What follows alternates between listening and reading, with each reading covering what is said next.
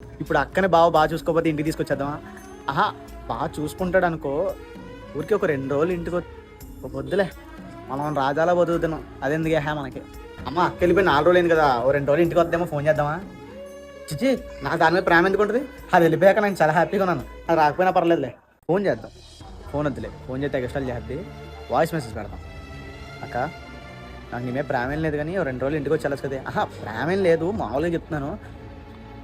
నాకు పొద్దున్న లేపడానికి ఎవరు లేరు, మళ్ళీ నీ కాఫీ తప్ప ఎవరి కాఫీ అలవాటు లేదు, ఇల్లు తొడవాలన్నా, గొడవ పడాలన్నా, ప్రేమ చూపించాలన్నా నువ్వే కదక్క.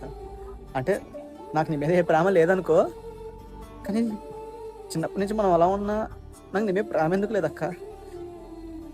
ఎప్పుడైతే బావ నిన్ను ఆ ఇంటికి తీసుకెళ్ళిపోయాడో, అంటే మీ ఇంటికి, మీ ఇల్లు అని అనుకో నా వల్ల కావట్లేదే, ఎప్పుడైతే అక్కడికి వెళ్ళిపోయావో అప్పటి నుంచి నాకు అదో రకంగా అయిపోయింది అక్క. ఏమోనే, నాకు నీ మీద నువ్వంటే నాకు ఎంత ఇష్టం అని చెప్పి నాకు అప్పుడు అర్థమైంది. అప్పుడు కూడా కాదు, ఇప్పుడు నేను ఆటలేదు, నార్మల్గా చెప్తున్నాను అక్క. కొని బావకి చెప్పేసి నువ్వు, నేను, అమ్మ, నాన్న, బావ అందరం కలిసి ఉందామా, హ్యాపీగా ఉండొచ్చు కదక్క.